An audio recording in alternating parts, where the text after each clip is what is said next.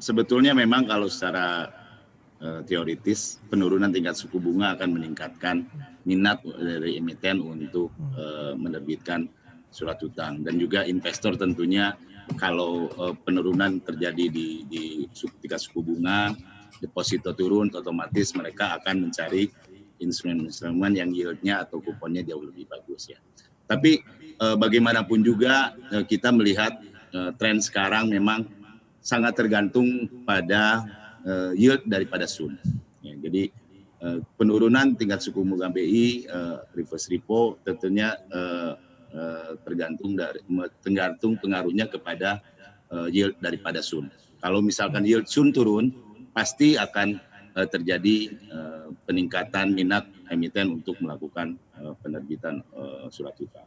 Tapi memang kondisinya sekarang ini agak sedikit berbeda. Jadi walaupun ada turun tingkat suku bunga atau SUN, yield SUN itu turun, tapi pengaruhnya tidak otomatis kepada minat dan juga realisasi daripada penerbitan surat utang, karena tentunya penerbitan ini juga harus didukung oleh adanya demand daripada investor. Nah, investor ini sekarang kondisinya tentunya sangat-sangat selektif dalam melakukan investasi kepada obligasi korporasi.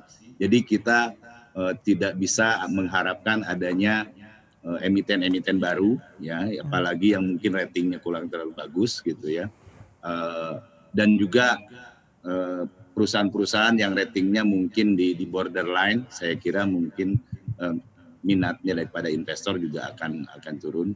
Jadi oleh karena itu kita prediksikan tahun ini memang cukup berat untuk pasar surat utang penerbitan obligasi korporasi tahun ini. Kita perkirakan masih tetap akan lebih rendah dibandingkan dengan tahun lalu. Masih berat atau mungkin sudah semakin berat, Pak? Seberapa berat sebenarnya, Pak? Karena ini menjadi pertanyaan dari kita semua. Masihkah bagaimanapun surat utang kita dianggap atraktif karena investor asing aja melihat kuponnya semakin rendah ini?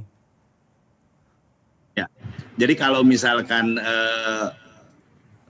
minatnya terutama untuk perusahaan-perusahaan yang sudah punya nama lah dalam penerbitan obligasi, kita lihat memang masih cukup besar peluangnya. Tapi seperti saya sampaikan tadi, kenapa saya sampaikan tidak terlalu optimis bahwa tahun ini bisa lebih bagus daripada tahun lalu, ya karena memang istilahnya yang menerbitkan obligasi korporasi tahun ini hanya perusahaan-perusahaan tertentu saja yang memang masih punya reputasi atau investor masih punya keyakinan yang cukup baik lah terhadap perusahaan atau emiten daripada obligasi tersebut.